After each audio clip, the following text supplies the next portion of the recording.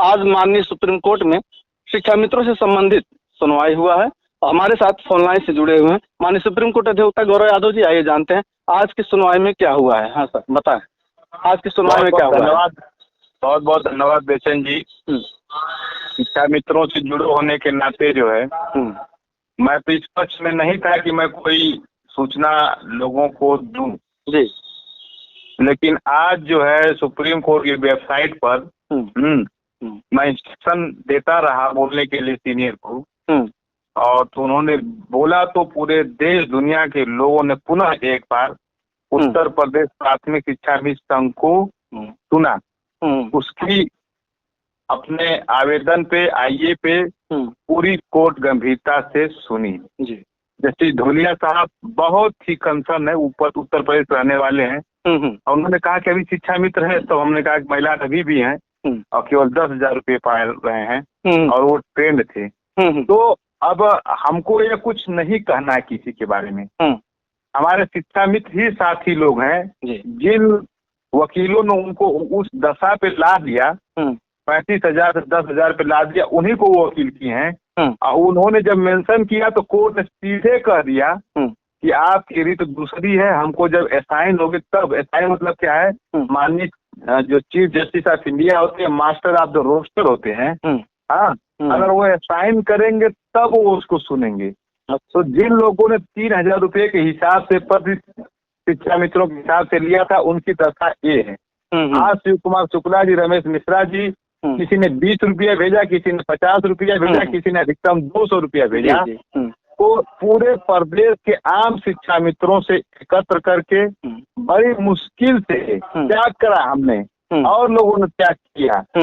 हमने एक वरिष्ठ अधिवक्ता को खड़ा किया और आज इस मुकाम पे ला दी है शिक्षा मित्रों को कि है शिक्षा मित्रों, तुम सुप्रीम कोर्ट की ओर देखो, तुम्हारे अब इससे ज्यादा नहीं कोई बिगाड़ सकता है। जी। आपकी नौकरी चली गई, आपका इतने समय तक समय चला गया है, लेकिन एक मौका मिला है कि जिसमें अपनी बात को रख सकते हो, वो बात को रखिए।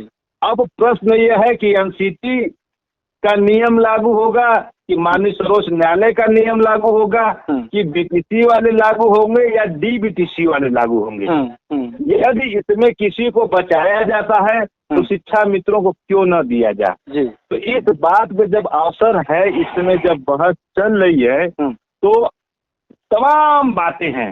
मैं संगठन में ग्रुपों में हूँ, मेरे प्रति, संगठन के प्रति, और जो उसमें काम करने वाले हो तो उसमें के प्रति लोग कहते हैं। हमारे संगठन के सुशील यादव महामंत्री थे, उन्होंने कह दिया कि भाई किसी को जाने की आवश्यकता नहीं है। लेकिन जब आम शिक्षा मित्रों का संगठन के अध्यक्ष शिव कुमार शुक्ला ने उनका संज्ञान लिया कि क्या भावना है, तो संगठन के माध्यम से अपनी बातें आकर रख दी।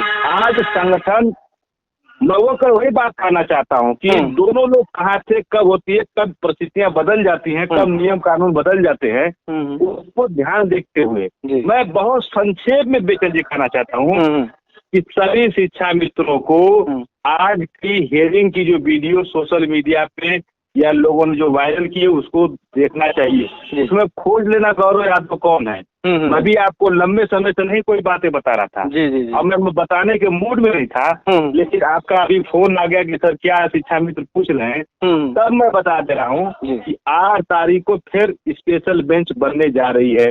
पूरे देश से कितने प्राइमरी विद्यालय में वैकेंसी है उसका डाटा केंद्र सरकार से मांगा गया है। जब केंद्र सरकार से मांगा गया है तो केंद्र सरकार आपके प्राइमरी विद्यालय पर नहीं जाएगी, वो तो अपने स्रोत से लेके सूचना देगी। अब आपकी नैतिक जिम्मेदारी बनती है कि जो शिक्षा मित्र लोग हैं वो भी अपना व्यक्तिगत डाटा जो हम फॉर्मेट जारी करेंगे उसके अनुसार दे देना। अगर शिक्षा मित्रों तुम अपने निराशा से निकलना चाहते हो, कुछ उम्मीद करना चाहते हो, तो आपका इससे ज्यादा कोई नहीं बिगाड़ सकता है। इससे ज्यादा ब्रह्मा भी पर बिगाड़ सकते हैं। अगर हमको मिलना, हमारा कुछ जाना नहीं है, लेकिन हमको मिलने की बहुत सी संभावनाएं हैं। मैं संक्षेप में एक लाइन और कहना चाहूंगा, मात्र इतना कहूंगा कि यहाँ पे प्रकरण पे बहस चल रही है। एनसीटी के जो नोटिफिकेशन थे उस पे बहस चल रही है। बीएड और बीटीसी के बीच बहस चल रही है। केंद्र सरकार या एनसीटी बीएड को बचाती है तो वो भी हमारे जो हम पे लागू होता उस पे हम उसके क्यों हकदार नहीं। हाँ हाँ बिल्कुल बिल्कुल सही। बहुत मोटी मोटी बातों समझ लेना कि एक समझ लो कि एक बड़ा भाई जो है बीएड है, उससे बड़ा भाई हमारा बीटीसी वाला है, सबसे छोटा भाई शिक्षा मित्र है। यदि सरकार इनको, केंद्र सरकार चाहे राज्य सरकार, इनमें से किसी को बचाती है या किसी को निकालती है, तब नियम देखे जाएंगे कि देश नियम से चलता है, एनसीटी चलता है, कॉन्स्टिट्यूशन से चलता है। इस बीच में आप शिक्षा मित्रों से मैं कहना चाहूंगा इस सारी बातों को भूल के, मैं कोई आपको उम्मीद नहीं दिला रहा हूँ कि आपको नौकरी मिलने जा रही है, और बहुत स्पष्ट रूप से मैं कहना चाहता हूँ कि हम कोई उम्मीद न पालें, लेकिन अगर बातें चल रही है तो अपनी बात रखने के लिए आना चाहिए। जो भी आपका थोड़ा बड़ा सहयोग या धन लगने की आवश्यकता है उसको आप ईमानदारी पूर्वक देकर, अपने कागज को देकर, आपने कब ग्रेजुएशन किया, आपने कब बीटीसी किया, आपका कब समायोजन हुआ, आपका समायोजन कब निरस्त हुआ, उसके लिए कौन से पत्र मिले, उसके बाद से आपने क्या क्या किया है, टेट किया है, सुपर टेट किया है, कितने परसेंटेज में है, इन सब की एक क्रम में जानकारी जो है देकर हम माननीय सर्वोच्च न्यायालय में इतना पेपर लगा देंगे शिक्षा मित्रों का कि उस दिन सिर्फ और सिर्फ शिक्षा मित्रों की फाइलें जो है सर्वोच्च न्यायालय में रहे कि देखो जी हमारे साथ 1,72,000 परिवार के साथ ऐसा ऐसा राज्य सरकार ने किया है। इतनी सी बात मुझे कहना था।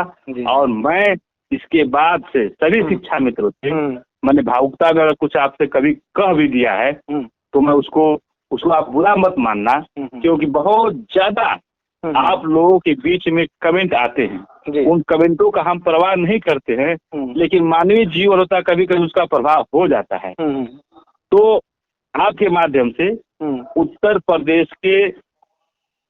प्रदेश प्राथमिक शिक्षा मिशन के किसी भी पदाधिकारी से, चाहे वह छोटा हो चाहे बड़ा हो, चाहे शिव कुमार शुक्ला हो, रमेश मिश्रा हो, सुशील हो, को मैं निवेदन करना चाहता हूं कि 8 तारीख की सुनवाई से पहले आप किसी भी माध्यम से उत्तर प्रदेश के सभी शिक्षा मित्रों से आप लोग संवाद स्थापित करके उनसे जानकारी लेके और 8 तारीख जो सुनवाई की तिथि है उसमें आप लाइए। और मुझे ज्यादा कहना नहीं है क्योंकि सभी लोग ऑनलाइन देख रहे हैं। तो यही कहना था। आपने बहुत अच्छे समय बुलाया।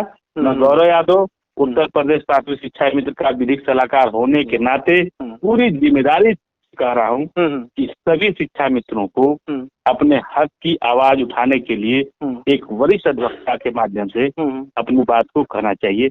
बस इतना से कहना था। चलिए, आप हमारे फोन लाइन से जुड़े। जैसा कि पता है कि आप जो है उत्तर प्रदेश प्राथमिक शिक्षा मित्र संघ के वरिष्ठ सलाहकार हैं और शिक्षा मित्रों के हितों के लिए लगातार हमारे फोन लाइन से जुड़ करके और जो भी जानकारियां होती है कोर्ट से संबंधित या जैसे भी वो देते रहते हैं। तो आज हमारे बीच में प्रदेश के समस्त शिक्षा मित्रों के लिए जो भी बातें बताए हैं इस पर वो लोग ध्यान दें और जो भी जानकारियां जुटाने की बात कही गई है उस पर भी ध्यान दें। संगठन से लगातार समन्वय स्थापित करते रहें, बातचीत करते रहें और संगठन का सहयोग करते रहें। आपका बहुत बहुत धन्यवाद। बहुत बहुत धन्यवाद।